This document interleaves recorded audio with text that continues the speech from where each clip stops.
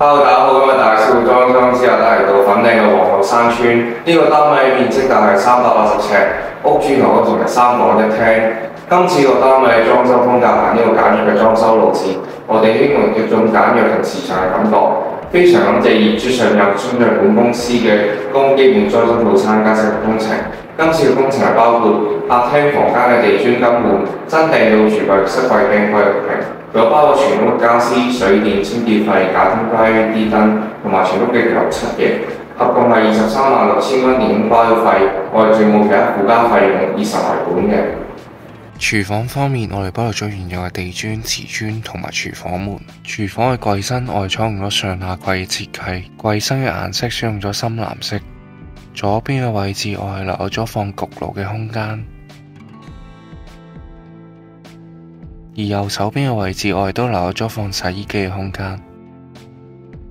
頂部嘅櫃身都係使用咗深藍色嘅顏色。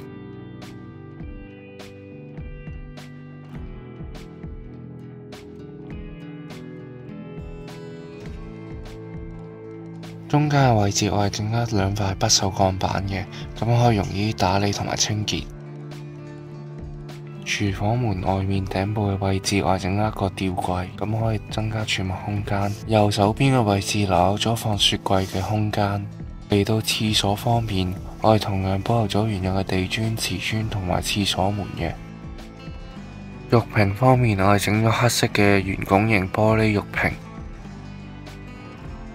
嚟到廁所嘅櫃身方面，頂部嘅位置我係整一個吊櫃同埋鏡櫃嘅。櫃身嘅顏色我係選用咗深藍色嘅顏色，底部嘅位置整一個浴室櫃。我哋利用咗一個不鏽鋼冚嚟遮住外露嘅喉管。房門方面選用咗淺啡木紋嘅顏色。房間嘅床身選用咗4尺嘅地台床。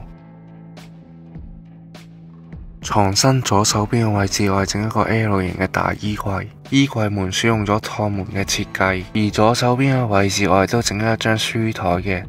床尾位置我哋都整咗一個儲物櫃連吊櫃，咁樣可以大大增加儲物空間。第2、3間房間嘅房門同樣選用咗淺啡木紋嘅顏色。左邊嘅房間喺盡頭嘅位置整一個書櫃同埋一張書台嘅。房間嘅床身我哋選用咗雙架床嘅設計，床身嘅空間大約有4尺，而床嘅頂部都整咗幾個層架，可以俾小朋友放下手機同埋飾物等等。第2間房間同樣都係同頭先一樣，喺盡頭嘅位置整咗一張書台同埋一個書櫃，床身嘅空間大約有4尺，同樣喺床頭嘅位置整一個 cushion。喺呢一個位置，我係整一個到頂嘅電視櫃，中間嘅位置整咗一啲玻璃櫃門嘅飾物櫃，飾物櫃入邊整咗幾條燈帶，咁可以增加亮度同埋令到成個感覺更加時尚。一入門口左手邊嘅位置整咗一個大型嘅獅字櫃，獅字櫃嘅櫃身選用咗淺啡色同深啡色嘅木紋顏色，中間嘅位置選用咗一啲木紋嘅背板同埋燈帶嚟做配搭。